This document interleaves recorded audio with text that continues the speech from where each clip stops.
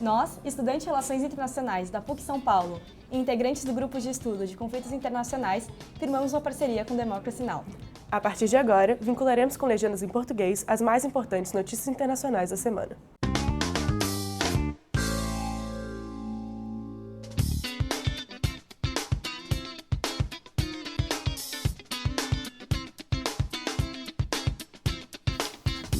From Pacifica, this is Democracy Now! The great question of the 70s is, shall we surrender to our surroundings, or shall we make our peace with nature and begin to make reparations for the damage we have done to our air, to our land, and to our water? 45 years after President Richard Nixon signed the Endangered Species Act, the landmark legislation is under unprecedented attack by the Trump administration and industry lobbyists. We'll speak with the head of the Center for Biological Diversity, which has sued the Trump administration 68 times over its environmental and conservation policies. Then, as temperature records are being broken across the world, a new medical study on climate change warns up to 26,000 more people could die by suicide in the United States by 2050 if humans do not reduce emissions of greenhouse gas pollution. Plus, we look at how Central American activists are organizing against President Trump's border policies. All that and more coming up.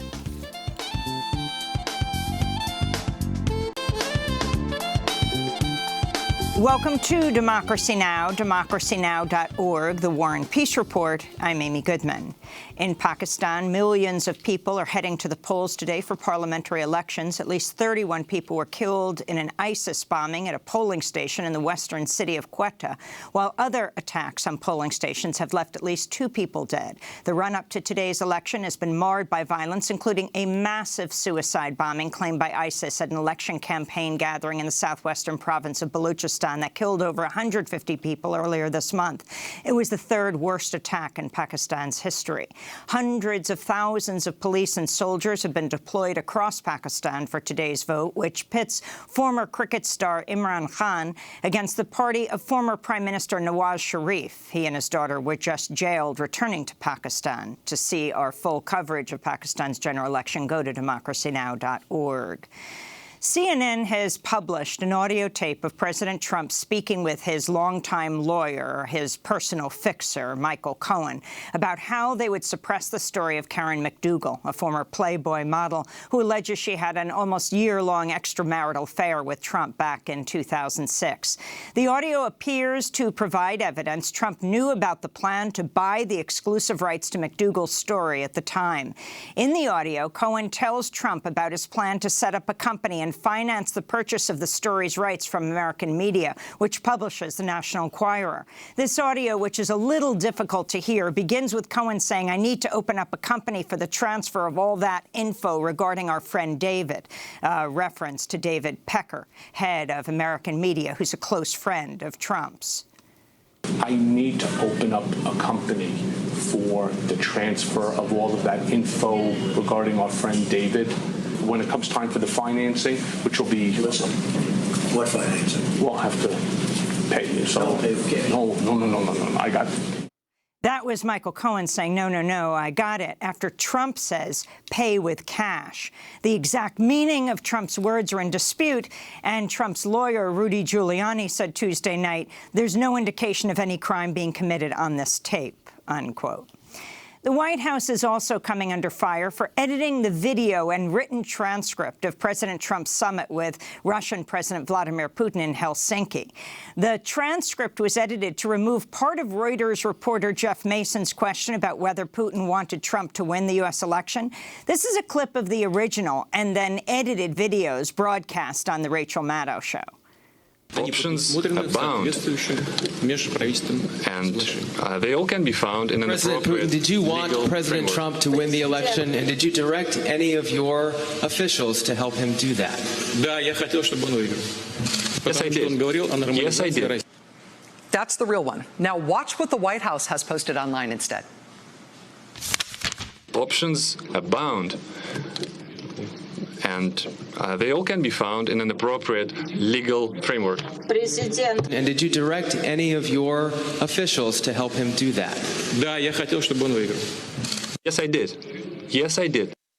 Russia's English language transcript omits the Reuters reporter's question entirely. President Trump has announced up to $12 billion in emergency relief for farmers whose sales have been hurt by the Trump administration's escalating trade war. The Agriculture Department said it will use an existing program to provide billions of dollars in direct payments to farmers and ranchers as a short-term solution.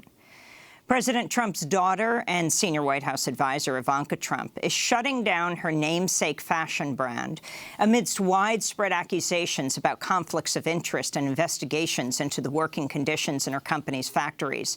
A Guardian investigation revealed workplace abuse, grueling production targets, deplorably low pay at an Indonesian factory that makes clothing for Ivanka Trump's label. Many of the female workers at the factory in West Java said the pay is so low they live in constant debt and can't afford to live with their own children. Israel shot down a Syrian jet Tuesday it claimed had entered Israeli airspace, increasing concerns about an escalation of confrontations in the region. The Syrian government says the jet was in Syrian airspace. And more news on Syria. A suicide bombing in the southwestern city Sueda has killed at least 38 people, with dozens more wounded. The bombing in the government-held city has been blamed on ISIS.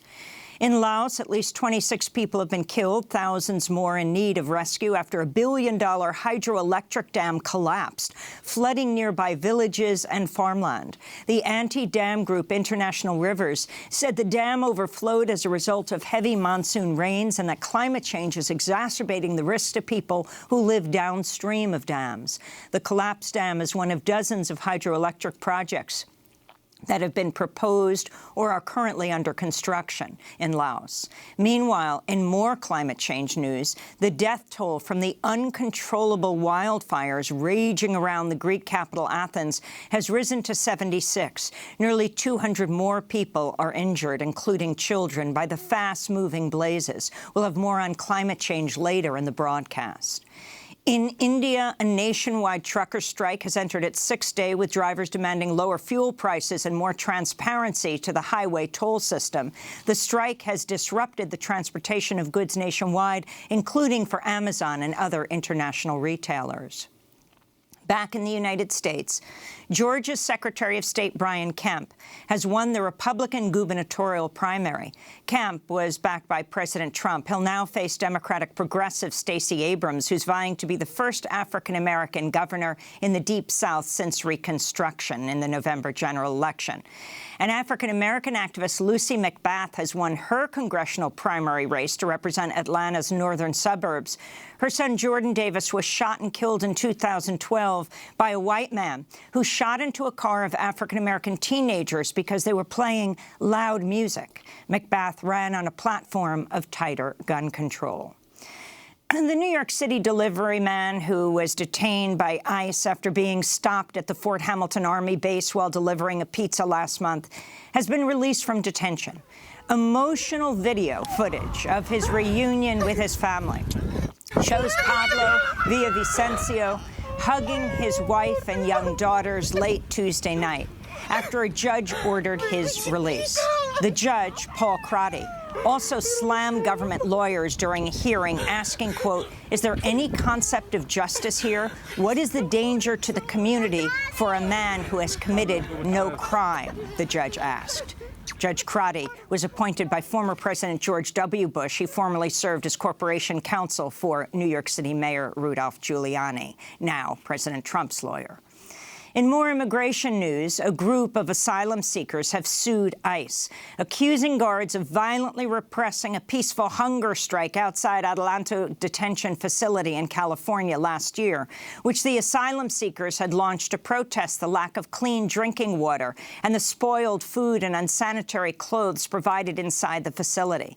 The Honduran and Salvadoran asylum seekers say the guards attacked them and placed them in isolation for organizing the hunger strike. This is plaintiff Josue Mateo Lemus Campos.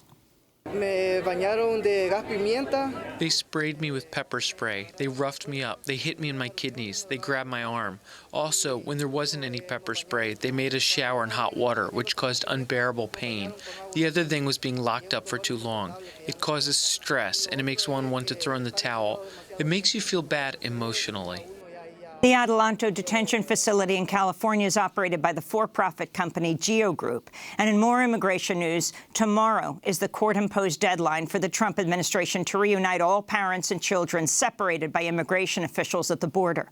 The administration says just over 1,000 parents have been reunited with their children so far. Less than half of the families it must reunify by tomorrow, July 26th. In Oakland, California, a 27-year-old white man has been arrested for attacking two young African-American women on a BART train, killing 18-year-old Nia Wilson and wounding her sister, Latifah. The stabbing attack sparked widespread outrage in Oakland, where hundreds of people marched through the streets Monday night to demand justice for Nia. Many Oakland residents have denounced the attack as a hate crime. Authorities say they've not yet connected the suspect, John Lee Cowell, with any white supremacist groups. And in Sweden, a student activist halted an Afghan asylum seeker's deportation back to Afghanistan by refusing to sit down on a flight, preventing the plane from taking off. This is student Elin Erson, who live-streamed her direct action on the flight. I'm not going to sit down until this person is off the plane, because he will most likely get killed if he is on this plane when it's... After she refused to sit down, the Afghan asylum seeker was finally removed from the plane. He's now reportedly back in Swedish custody. The video of her protest has since gone viral. And those are some of the headlines. This is Democracy Now!, democracynow.org, The War and Peace Report. I'm Amy Goodman.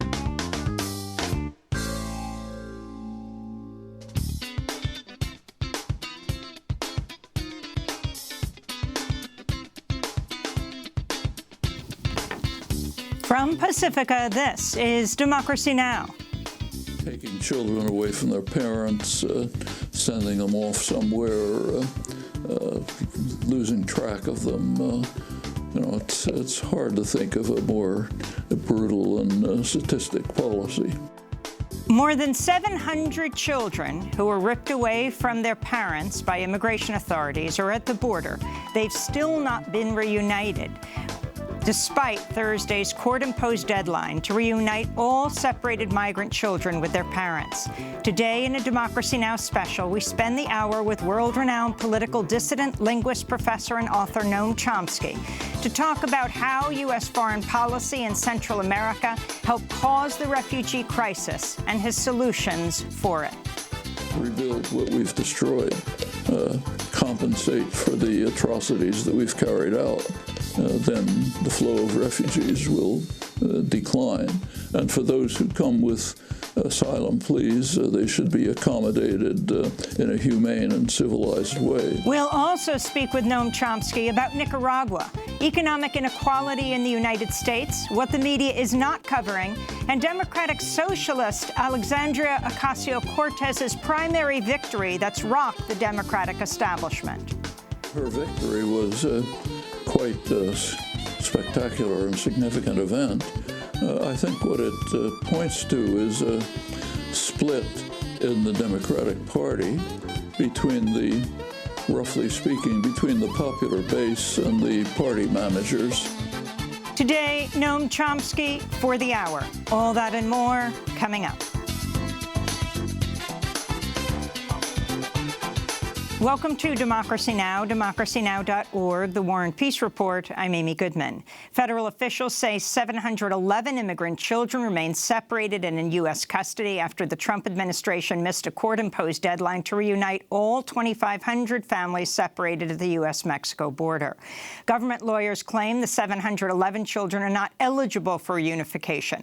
More than 430 of them have parents who've already been deported from the United States. In response, ACLU ACLU lawyer Lee Gallant said in a statement, quote, "We're thrilled for the families who are finally reunited, but many more remain separated. The Trump administration is trying to sweep them under the rug by unilaterally picking and choosing who is eligible for reunification," he said.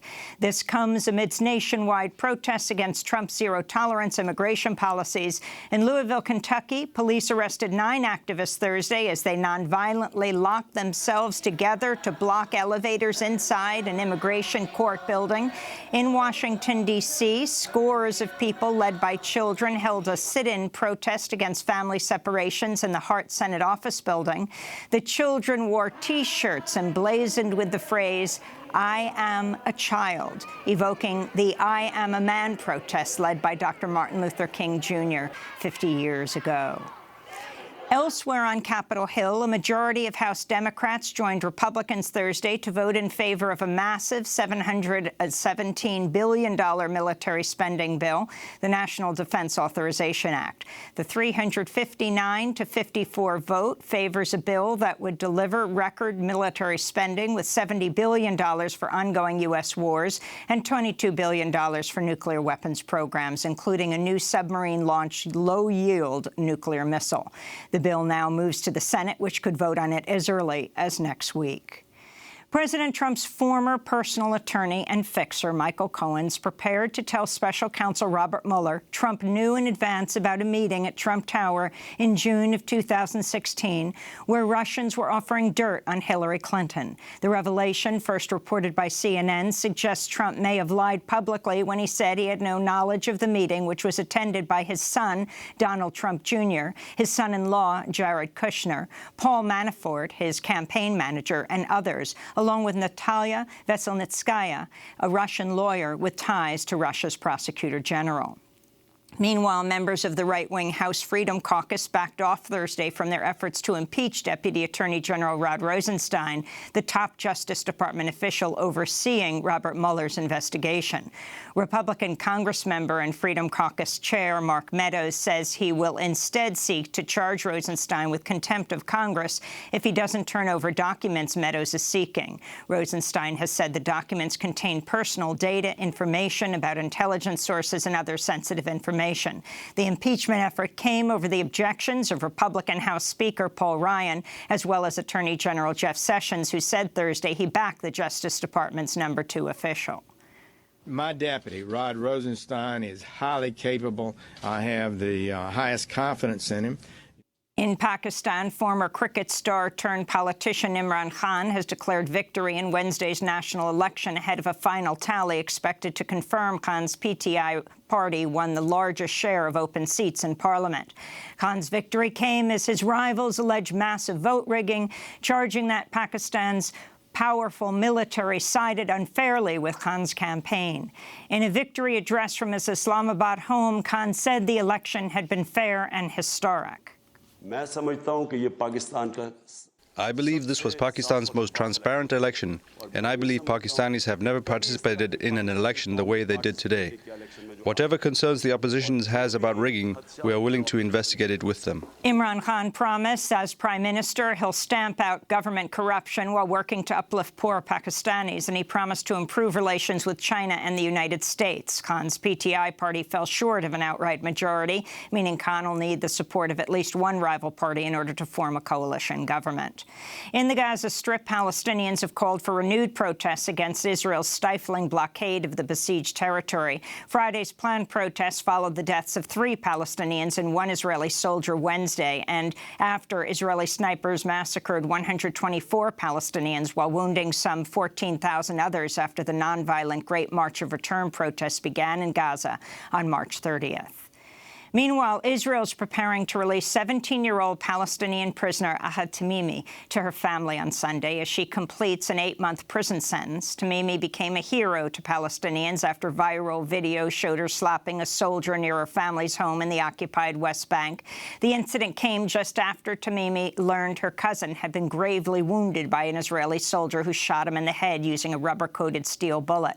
Ahad Tamimi's case drew international attention. On Thursday, a visiting artist completed a massive mural paying tribute to Tamimi on the Palestinian side of the West Bank separation barrier in Bethlehem. This is Palestinian activist Ahmed Odeh.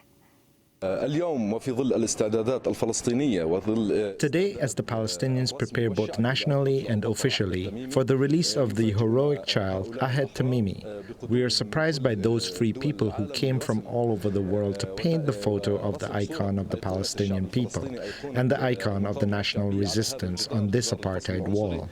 They are drawing a mural for Ahed Tamimi in order to tell the world and the occupation that we are partners in this case, and that the Palestinian national resistance is the only way to face the arrogant occupation. In North Africa, about 800 migrants rushed a heavily fortified border separating Morocco from the tiny Spanish enclave of Ceuta Thursday in a coordinated push to reach European soil where they could apply for political asylum. At least 130 migrants suffered injuries in the incident, many of them with injuries from the concertina wire topping the metal fence separating the two territories. Several hundred who made it to Spanish soil successfully celebrated as they reached an immigration processing center. Dozens more were returned to Morocco after they were captured by police. In Laos, aid groups say the toll from Monday's collapse of a $1 billion hydroelectric dam is far higher than the official figure of 27 dead and 131 missing. Despite a government ban on foreign media covering the disaster, the BBC reports the death toll could be closer to 300. Another 3,000 people are still stranded in homes surrounded by floodwaters. Meanwhile, officials in northern Cambodia have ordered the evacuation of 25,000 people downriver of the collapsed dam due to heavy flooding. Back in the United States, at least one person has died after a massive wildfire spread into Redding, California, a city of 90,000 people.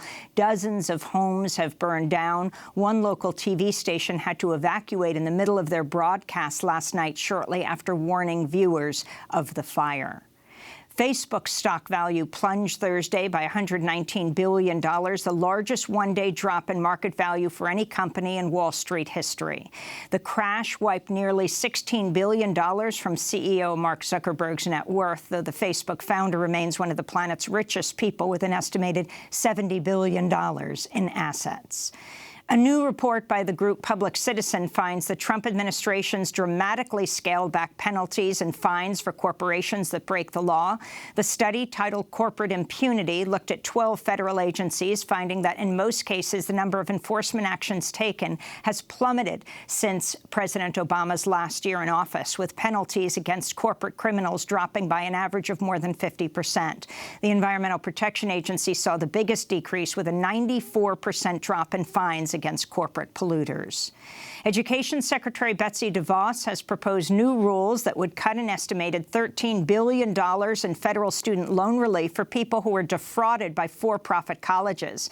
DeVos's changes would roll back the so-called borrower defense rule proposed by President Obama after the collapse of ITT Tech and Corinthian College, but halted by the Trump administration last year. In response, Massachusetts Attorney General Maura Healey tweeted, Betsy DeVos rewrote the borrower defense rule to let predatory schools cheat their students and enrich their executives. No surprise. DeVos is a billionaire Republican activist, heir to the Amway fortune, and the sister of Blackwater founder Eric Prince. Last weekend, DeVos's $40 million 163-foot yacht was damaged after it was unmoored while in port on Lake Erie in Ohio. It's not clear whether the ship, which is one of 10 owned by her family, was let loose intentionally. And in Los Angeles, a man who was arrested for vandalizing Donald Trump's star on the Hollywood Walk of Fame has been bailed out of jail by another man who took a similar act days before the 2016 election. 24-year-old Austin Clay turned himself into police Wednesday after he used a pickaxe to destroy a plaque honoring Trump. He was booked on a felony vandalism charge before his bail was paid by James Otis, who dressed as a construction worker in late October 2016 as he used a sledgehammer to destroy Trump's Hollywood star. And those are some of the headlines. This is Democracy Now!, democracynow.org, The War and Peace Report. I'm Amy Goodman. Nosso programa fica por aqui. Você pode acompanhar a gente pela página do Facebook e pelo blog do GS Terra em Transe. Nos vemos na próxima semana. Até lá!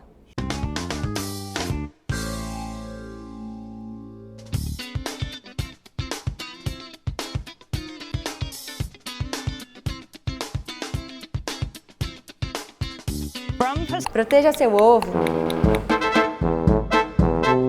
O professor da minha faculdade propôs um desafio ao meu grupo: construir um aparato de proteção ao ovo. Para atingir esse objetivo principal, a gente teve que utilizar os conceitos de diversas disciplinas, algumas que a gente já tinha cursado, outras não, para que a gente conseguisse montar esse projeto. Vamos por 77, porque não pode exceder, né, o nosso peso. Quanto deu? 1.625. Esse projeto ele tinha alguns critérios, tanto de geometria, quanto do peso total que ele ia ter que ter. São muitas variáveis, a gente pode variar tipo de cimento, tipo de agregado. Eu acredito que a gente vai ter que trabalhar com 2 tipos de armadura. O professor determinou que cada uma das equipes deveriam ter no máximo 5 integrantes e que a gente deveria relatar tudo isso, toda essa parte, tanto de cálculo quanto de ensaios que foram feitas, num trabalho escrito.